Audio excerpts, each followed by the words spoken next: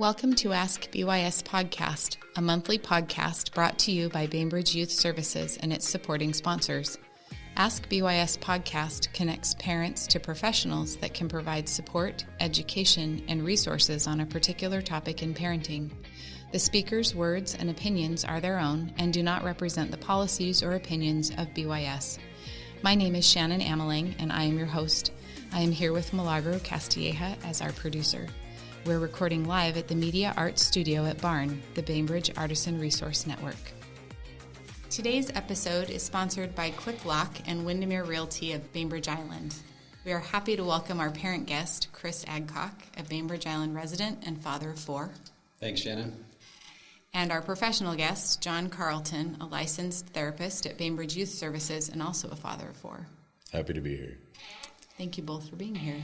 Today's episode is Technology and Parenting, Navigating the Good, the Bad, and all the in-between. I'll turn it to you, Chris. Thanks, Shannon. Well, John, I'm super excited to be here with you. As Shannon said, I'm a father of four, so this topic is pretty important in our household. And it's interesting because I think, as I was talking to you a little bit before we sat down, the world of technology is completely different now than when we were our kids' age. Joking about my first Nokia phone in college and playing Snake on it, and it was just a phone. Yeah. One thing, my wife and I have talked a lot about is just how important it is for us to make sure that our kids feel socially connected with their friends, and I think technology is kind of a key part of that, or can be. So what would you say to parents of kids that are pushing for a phone and or social media access? We know that social isolation can be pretty traumatic for kids. So yeah, I think technology, that's one of the great things about it. As a parent, it's easy to get stuck on the negatives, right? And there are positives too. And so connection is one of the things that technology can give us, whether it be, like FaceTime with grandparents or, anybody who's not close, or even, during COVID lockdown, being able to reach out to friends and things like that in different ways. Thankfully there's Zoom for people that didn't have smartphones and all that kind of stuff. Like, kids got pretty creative. But there was also a big feeling of disconnection too. And so it is very important, to have that connection. And so as for when they're ready for it, that's a much bigger question. And so it's kind of like I have to answer your question with questions, because it's like, for your kid, you have to kind of go through a list of, are they ready for this? Right. And so a lot of what we'll be talking about today is how do we prepare our kids, if the genie's already out of the bottle, how do we try to, tame it if it's out of control? How do we manage it in some way? How do we model good behavior and things like that? So I'm actually going to read a little list out of a book called Raising Humans in a Digital World by Diana Graber. About, just like how to know if your kid's ready, right? And so has your child developed the social and emotional skills necessary to use gadgets wisely? So that's part of the equation. Do they know how to manage online reputations? And so obviously, that's something that you really have to spend a lot of time working with them on, because they're not just going to know that. That's a great point. And so even for you to think about that, right, like as part of the equation of like, oh, right, like things online last forever. And, there's like colleges, recruiters, jobs, they all look for social media. Sure. And so you can't just delete everything and then like hope that you're good, right? And so it's, how do you help your kids know how to post appropriately, that kind of stuff. Do they know how to unplug, right? So like if they already have trouble with, so a big thing is emotional regulation, right?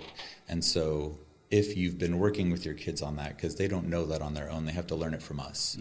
And so emotional regulation when you're dysregulated, putting a screen in front of your face is the easiest way to like take away whatever you're feeling and just kind of like leave it behind and then distract yourself, which has its place. But if that's your go-to, that's where problems can occur, right? And like addiction can happen because that's suddenly the only way you know how to cope with hard things.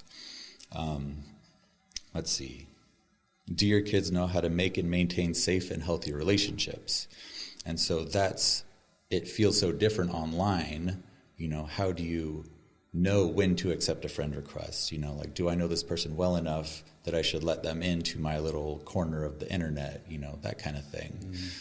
What happens when there's problems? Like, how do I respond to people? That kind of thing. Let's see.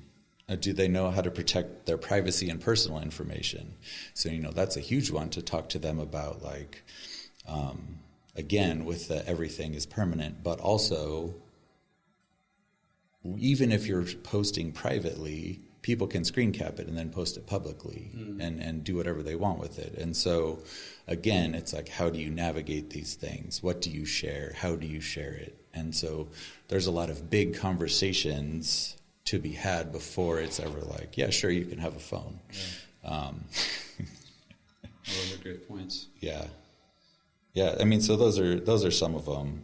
Oh, the last one that's important, I think, is do your kids know how to think critically about what they find online, right? So, you know, if they read it, is it true, or do they like have questions about that? What's the source, you know? Sure.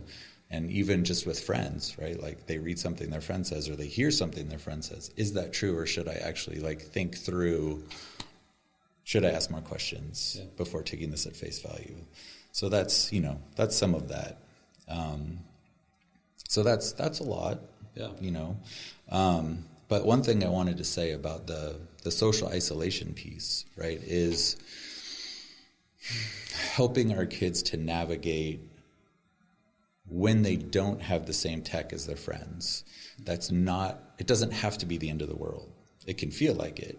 But there are other ways of connecting. And kids are actually really resourceful about finding ways to connect, right? And so if it's that they feel left out only because they don't have a phone and everyone else does, that's a different conversation than, oh, well, you know, I'm trying to stay connected. Okay, let me help you find some other ways that can happen. Because one of the problems that can happen with social media is FOMO, right? And they're already feeling that if they don't have it and their friends do. But then, depending on how their relationship's already working, it can be something of, I'm sitting at home on Friday night and I'm seeing these pictures posted from my friends all hanging out together and they didn't invite me.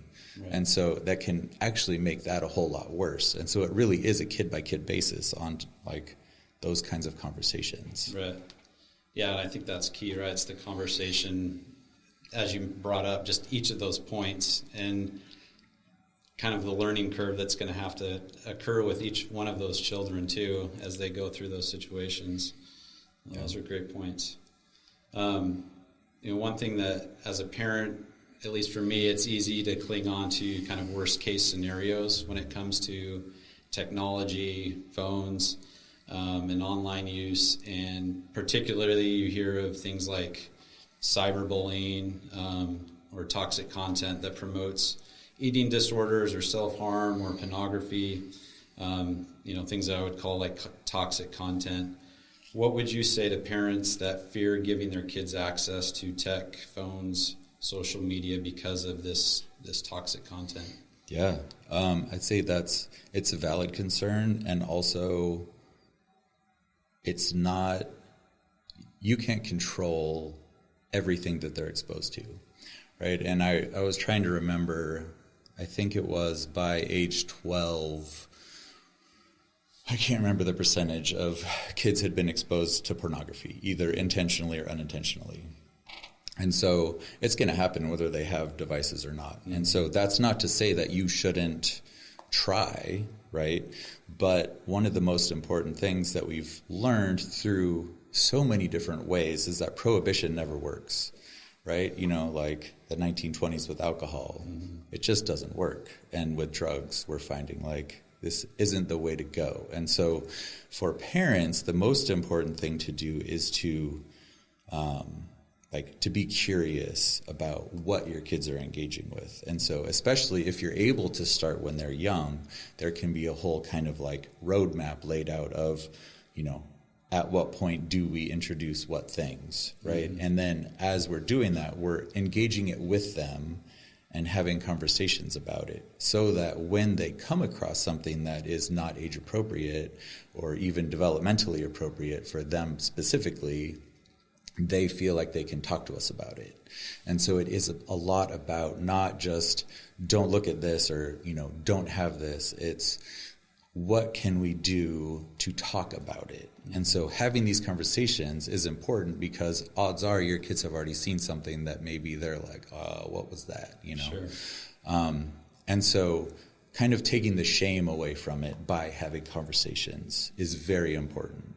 And so trying to manage your own kind of whatever baggage is there about these things and talking to kids and saying like, hey, I'm just curious, like what's going on, and what can we do about this? How can we talk about this together? What can I, as an adult who knows more than your peers, how can I help you to make sense of what you've seen or what you've come across?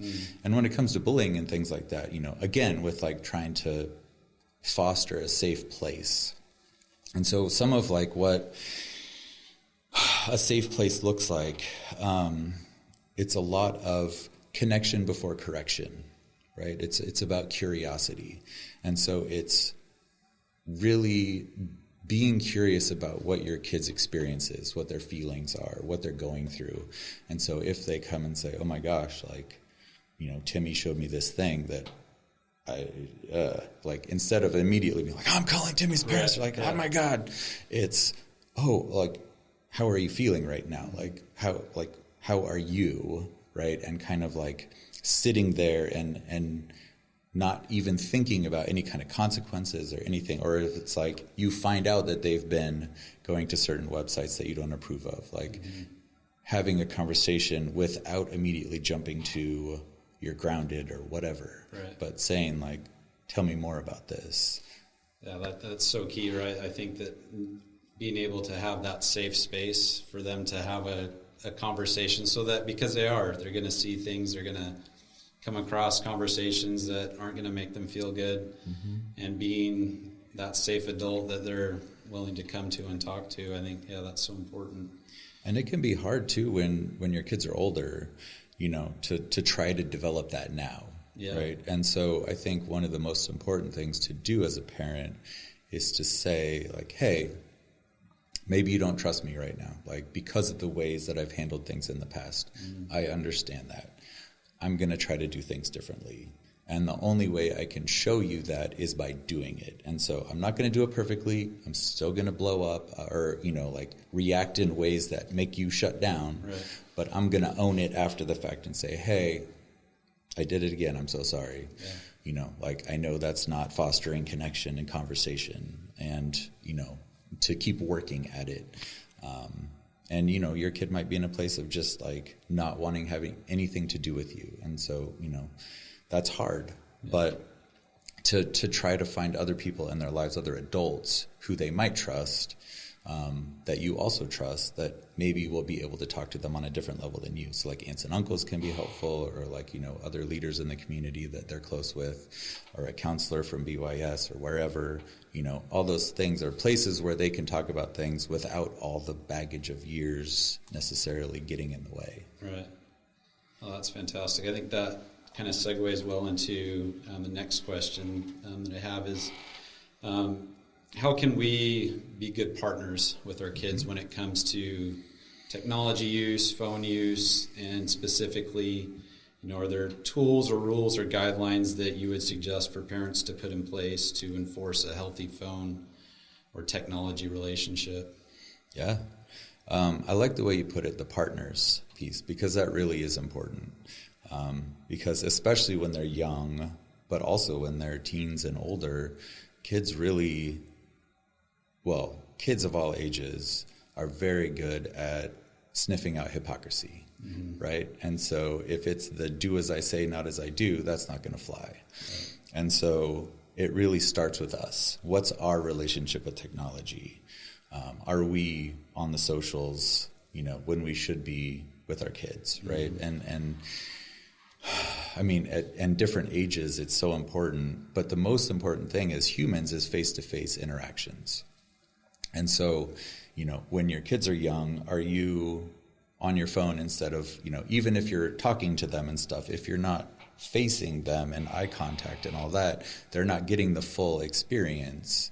Right. And so that's hard, because then they don't develop as they would if they were getting the full face-to-face experience. And so that's really, I would say, the most important thing is making sure that you're putting your phone away and offering that to them. They're not always going to want it, but even to just be available, right? Like to be bored and be sitting there doing nothing, so that they can be like, oh, well, maybe I could go talk to them, right?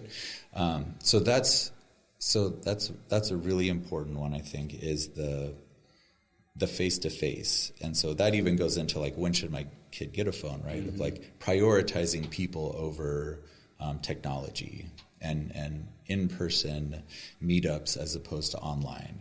Online's great. In-person's also good. I mean, it's really good.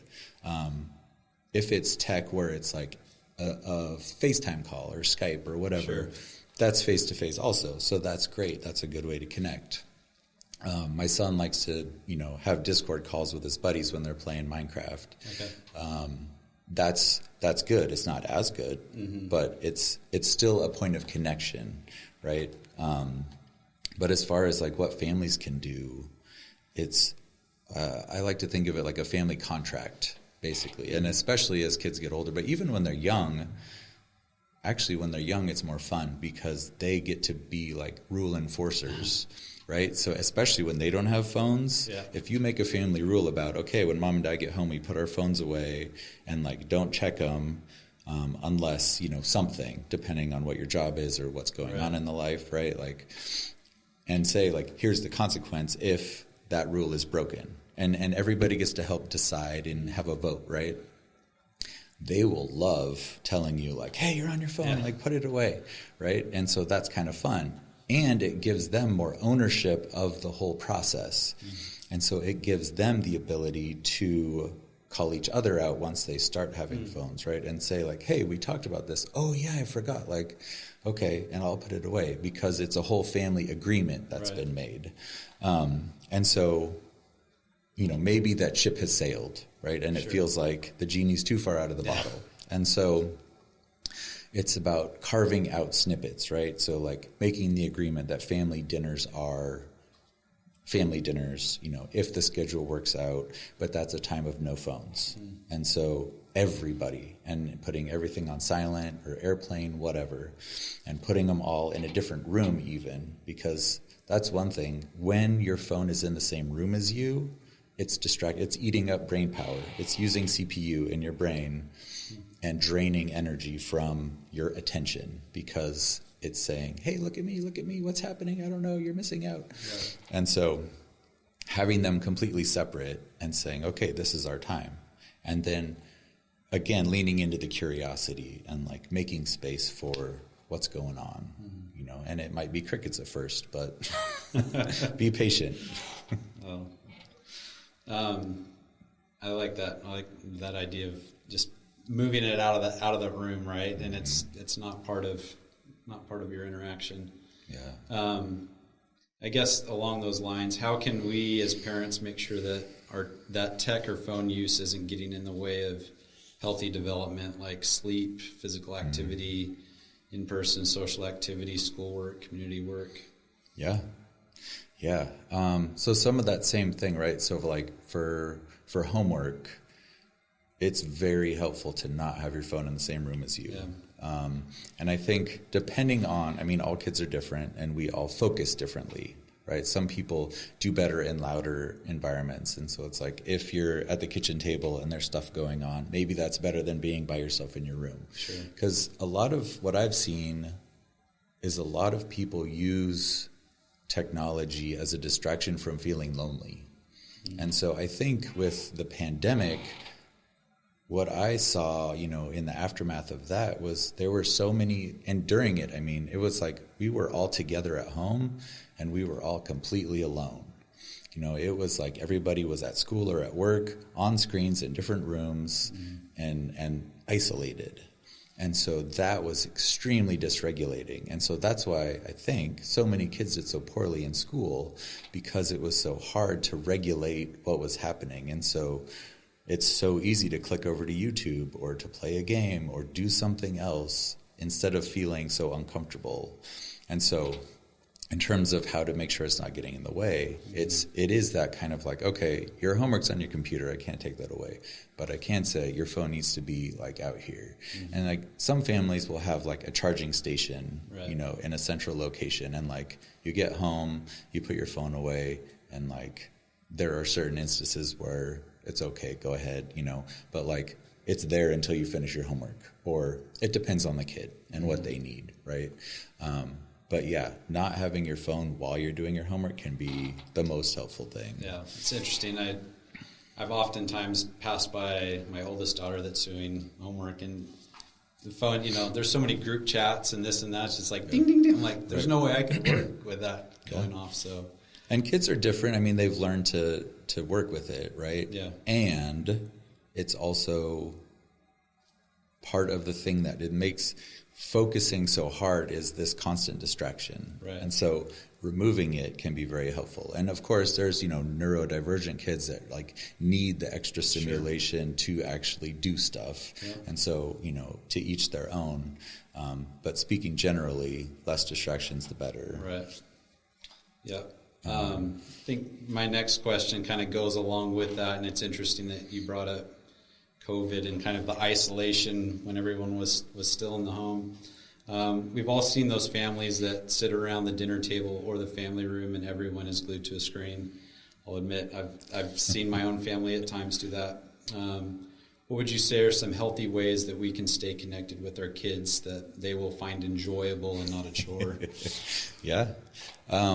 And so going back to kind of like the family meeting, family agreement thing, right? Like trying to brainstorm what's fun. What did we used to do that we don't anymore, that you used to enjoy?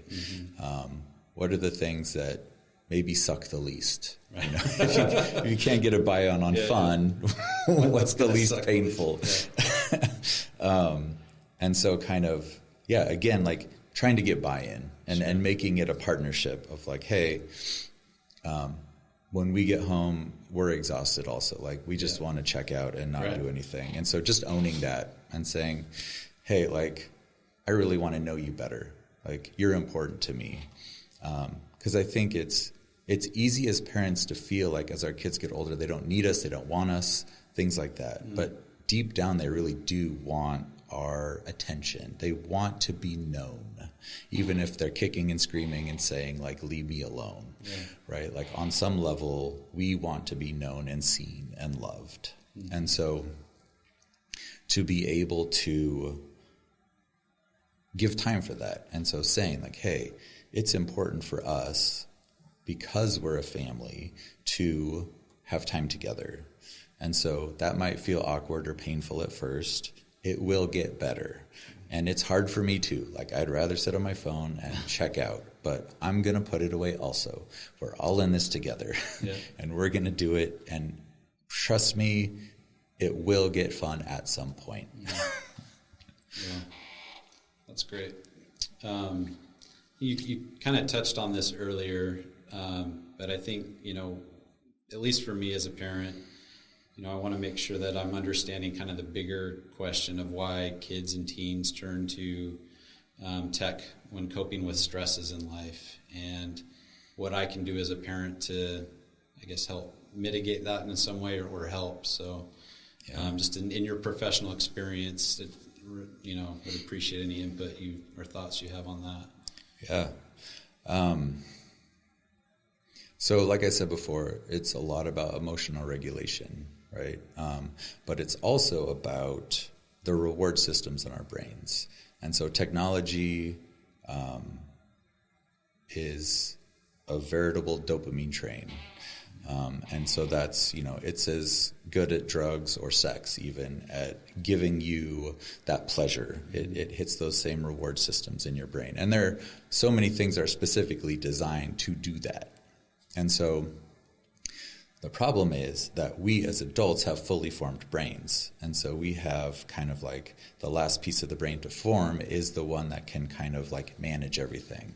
And so teens are in the place where the reward-seeking behavior, the things that give the dopamine rewards are the ones that are like most prioritized. They don't have that extra layer yet. It's not fully online. And so, anything that's addictive is so because of that reward system. And so teens especially, are primed for addiction in that way. And so I think I saw a study that said, like an adult who smokes 2 cigarettes a day for a week, is like 3 times less likely to get addicted than a teen doing the same thing. Because that's just the way their brains are worked. Like as they're building, our brains are building pathways between places, right? And so you can kind of think of it like going on a sled down a snowy hill. The first time, the second time, it's just kind of like, it can be hard, right? But then once it gets going, it's like super easy to go that way instead of a different way. So any pathway in our brain that's well-traveled will get reinforced and reinforced and reinforced. And our brains like to do the least amount of work possible. And so if it becomes like, oh, this is how I manage my hard feelings, then that's going to be the default. If it's even just like, oh, well, I have to check to see what's going on because I don't want to be left out. Same kind of thing, right? And so it is a lot of, as parents, noticing how we're managing our feelings and how we're dealing with things. How do we communicate? How do we talk to one another when we're upset, when we get angry, when we're sad? Are we able to say, I'm sad right now? Or is it just something where you're kind of not there? And kids notice that, and they notice how you handle it. And so it's a lot of, again, with the modeling and paying attention. Am I modeling good emotional IQ? Am I paying attention? Am I talking about what I'm feeling? So it's kind of, tech is very effective at distraction, right? And so it's very useful for not feeling things. Right. So I think, with that, I think it's just, that's helpful to know, right, just as a parent, that it has those types of triggers so that, you can help facilitate other ways for them to find joy or to cope with emotions and sadness. And it goes back, I think, to what we were talking about earlier, and just being able to have those open conversations and maybe owning up to, okay, I haven't been good at this in the past, but I'm going to try and be better going forward. Right. So trying to kind of model like, wow, I had a hard day at work, or wow, I had a really fun day at work, and it's not that they need to, cater to your needs or something, but it's, again, that trying to invite some sort of conversation. More than how was your school day? Right. Asking like, okay, what did you learn in this class? Or I don't know, was there any drama with your friends today? Spill the tea. Awesome. Well, I really appreciate your time today and answering these questions. Super helpful for me as a parent. Yeah, thanks. Yeah, I'm also a parent, and so navigating this, even knowing things, it's still hard, So again, I think it's important in this process to have grace, not just for our kids, but for ourselves.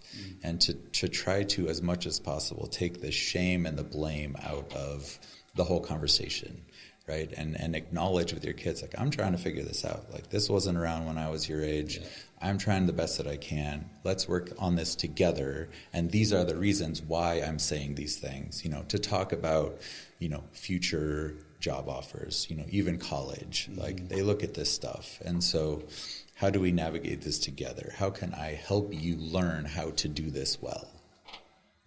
And maybe they'll teach you some things too along the way. Yeah, I'm sure they will. Yeah. Yeah. Thank you both, Chris and John, for allowing us to be part of your conversation today.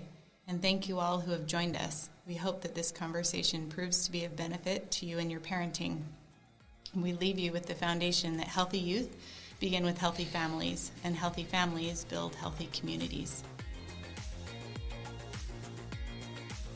BYS is a nonprofit organization that is supported by community members like you.